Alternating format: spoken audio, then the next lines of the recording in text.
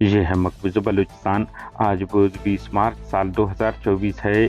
Balochistan today से आज के इलाकाई खबरों के साथ मैं हूँ आपका मेज़बान इलियास बलूच। हरनाई कोयला खान में धमाका, 18 कारकुन फंस गए।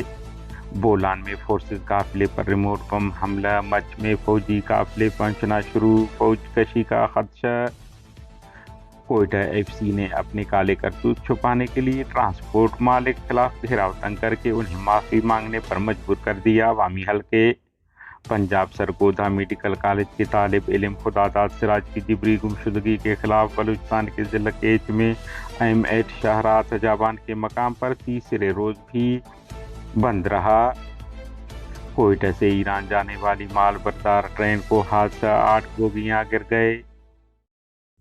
कोयटा, नोशकी, चागी, चमन, किला अब्दुल्ला, बशीर और तालबंदेन समेत सरहदी इलाकों में भी ज़िलज़िले के झटके महसूस किए गए। ज़िलज़िला पेमा मरकज़ के मुताबिक ज़िलज़िले की शिद्दत 5.4 थी।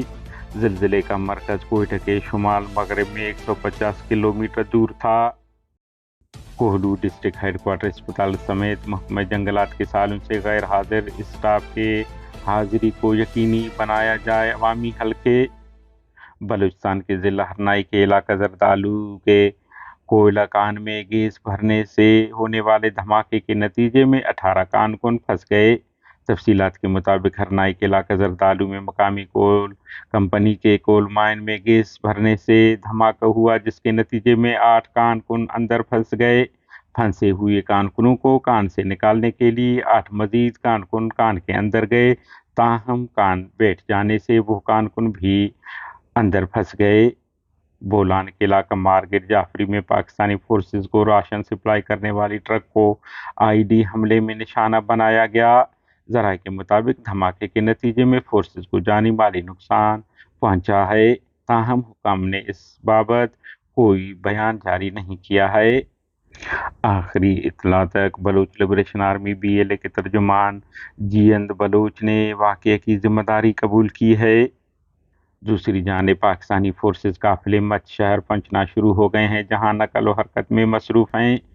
इलाकाई ज़राए के मुताबिक काफिले में बख्तरबंद भी शामिल हैं, जबकि बम नाकारा करने वाले अहलकार काफिले के लिए रास्ता साफ कर रहे हैं।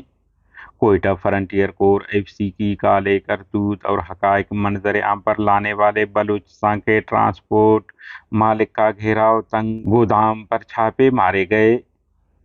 कोयटा कराची मरकजी शाहराह पर चलने वाले ट्रांसपोर्ट मालिकान ड्राइवरों का इल्ज़ाम है कि FC उन्हें भत्ता न देने पर तशद्दुद का निशाना बनाती है।